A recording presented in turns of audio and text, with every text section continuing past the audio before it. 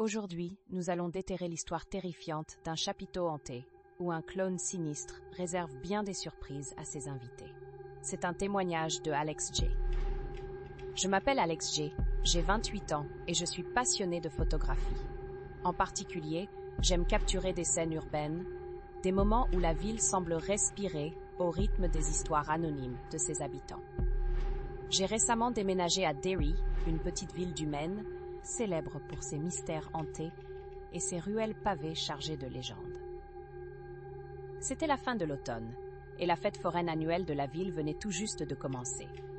On disait qu'elle apportait autant de joie que de frissons dans la communauté. Un soir, attiré par les lumières vacillantes et les échos de rires résonnant jusqu'à mon appartement, j'ai décidé d'emporter mon appareil photo pour capturer quelques clichés de la fête. L'air était vif, chargé de l'odeur sucrée de la barbe à papa et de celle plus âcre des cacahuètes grillées. Les allées étaient bondées d'enfants grisés par l'adrénaline qui se précipitaient de manège en manège et par des parents aux sourires indulgents. En arpentant les diverses attractions, mes yeux furent inévitablement attirés par un chapiteau un peu à l'écart, décoché de tout flot de badauds. Il semblait hors du temps, fait de carreaux de couleur délavée, avec une inscription à moitié effacée. Le clone de minuit entrait pour un spectacle inoubliable.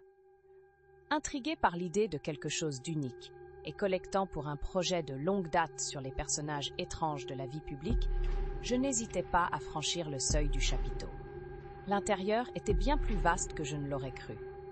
Quelques rangées de chaises en bois disposées en demi-cercle entouraient une petite piste.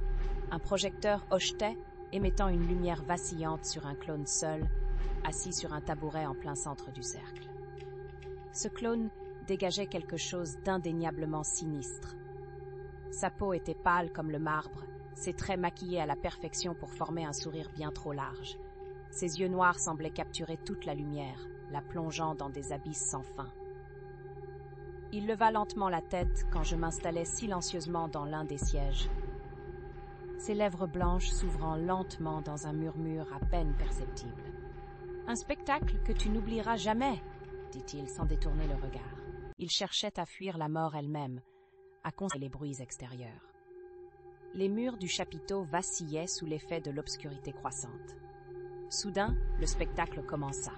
Un canevas d'ombre et de lumière se mit à danser sur les parois, projetant des scènes à faire frémir. Des silhouettes grotesques d'autres clones émergeaient, gesticulant sans son, leurs mouvements exagérément coordonnés suivis de rires muets, mais assourdissants. Mon appareil photo cliquetait, capturant chacune des horreurs présentées. Puis, il y eut cette main glacée sur mon épaule. Je fus tiré en arrière dans la réalité par un vieil homme membre du personnel de la fête foraine. « Tu devrais partir, fiston. Ici, il n'y a rien que les morts qui dansent. » Sa voix était un tonnerre calme, son regard un abîme de fatigue. Je tins mes clichés comme un trésor maudit, chaque photo montrant un chapiteau vide, mais avec une ombre de plus à chaque image. Alors que je quittais précipitamment le chapiteau, le projecteur s'éteignit et tout retourna à la normalité. Les éclats de rire revenaient, la musique reprenait. Mais en mon fort intérieur, je savais que j'avais assisté à quelque chose que je ne pourrais jamais expliquer. De retour dans l'isolement de ma chambre, je tentais d'étudier les clichés. Leurs simples visions firent courir des frissons glacés dans mon dos. Les ombres y avaient à présent pris forme humaine, entrant et sortant des moniteurs, comme un ballet cauchemardesque. J'ai finalement décidé de quitter Derry après cela. Mais où que j'aille, parfois, un rire lointain, réminiscence de ce chapiteau hanté, résonne dans ma perception, invisible mais indélébile. Peut-être est-ce ma punition pour avoir cherché la beauté dans l'étrange.